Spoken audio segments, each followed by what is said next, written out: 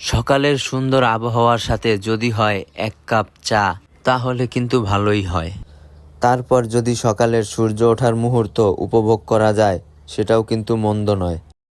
সবাইকে স্বাগতম আমার ফার্স্ট ব্লগে।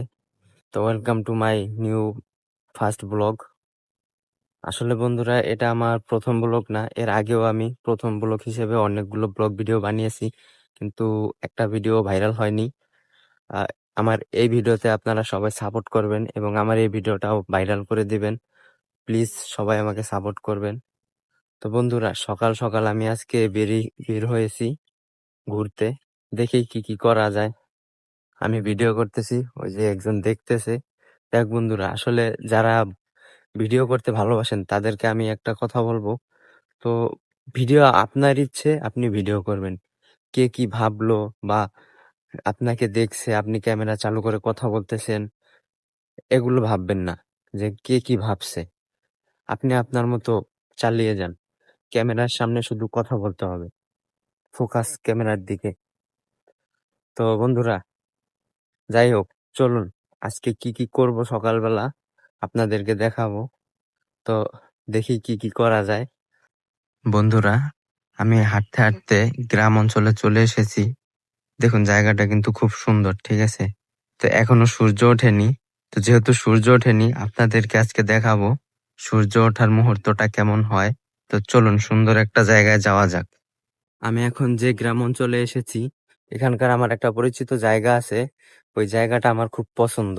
তো চলুন বন্ধুরা, আপনাদেরকে সেইখানেই নিয়ে যাব এবং সূর্য ওঠার মুহূর্তটাকে দেখাবো।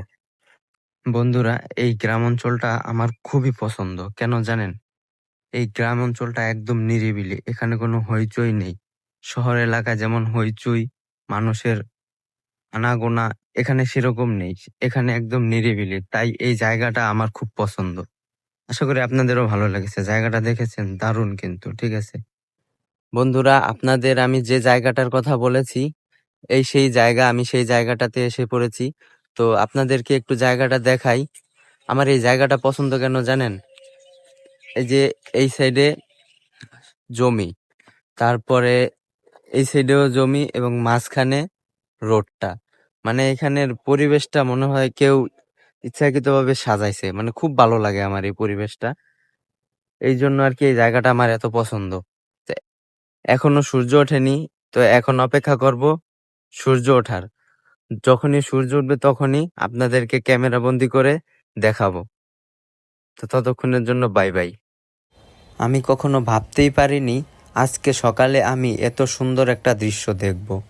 এই দৃশ্যটা দেখে আমার মন একদম মুগ্ধ হয়ে গেছে।